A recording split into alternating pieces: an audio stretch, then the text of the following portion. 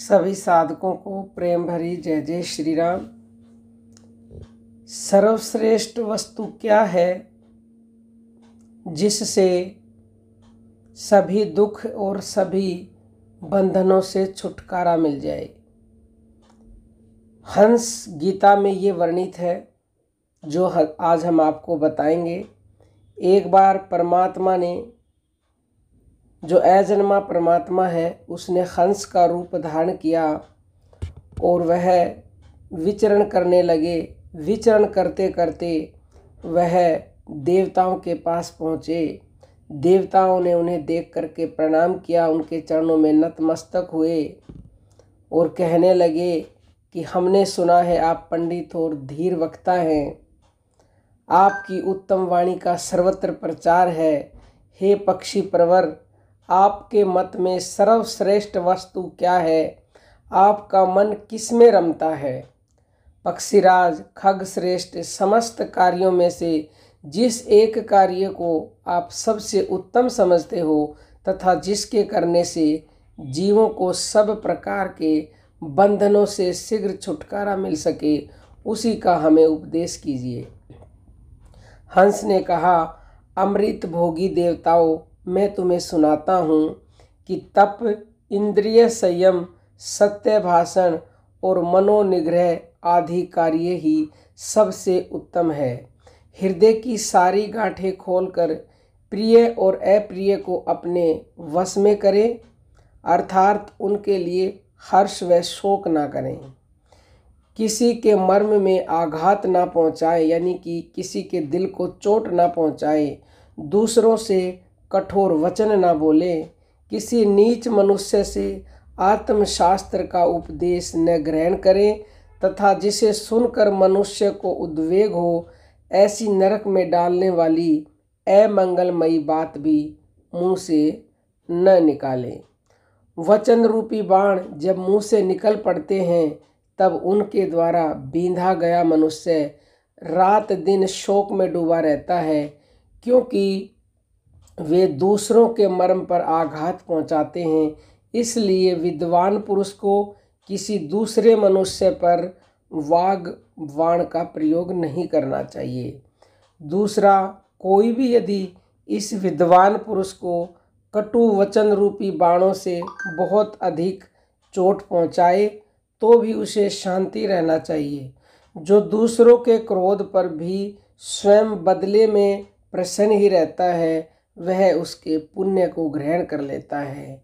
जो जगत में निंदा कराने वाले और आवेश में डालने के कारण अप्रिय प्रतीत होने वाले प्रज्वलित क्रोध को रोक लेता है, चित्त में कोई विकार या दोष नहीं आने देता, प्रसन्न रहता है और दूसरों के दोषों को नहीं देखता, वह पुरुष अपने प्रति शत्रु भाव रखने वाले लोगों के पुण्य ले लेता है। मुझे कोई गाली दे तो भी मैं बदले में कुछ नहीं कहता, कोई मार दे तो उसे क्षमा ही करता हूँ, क्योंकि श्रेष्ठ जन क्षमा, सत्य, सरलता और दया को ही उत्तम बताते हैं। वेद अध्ययन का सार है सत्य भाषण, सत्य भाषण का सार है इंद्रिय संयम और इंद्रिय संयम का फल है मोक्ष। यही संपूर्ण शास्त्रों का उपदेश है। जो वाणी का वेग, मन और क्रोध का वेग, तृष्णा का वेग तथा पेट और जनेंद्रिय का वेग, इन सब पर प्रचंड वेगों को सह लेता है, इन सब प्रचंड वेगों को सह लेता है, उसी को मैं ब्रह्मवेता और मुनि मानता हूँ। क्रोधी मनुष्यों से क्रोध न करने वाला मनुष्य श्रेष्ठ है। असहनशील से सहनशील पुरुष बड़ा है।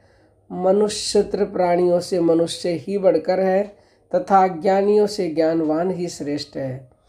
जो दूसरे के द्वारा गाली दी जाने पर भी बदले में उसे गाली नहीं देता, उस क्षमाशील मनुष्य का दबा हुआ क्रोध ही उस गाली देने वाले को भस्म कर देता है और उसके पुण्य को भी ले लेता है।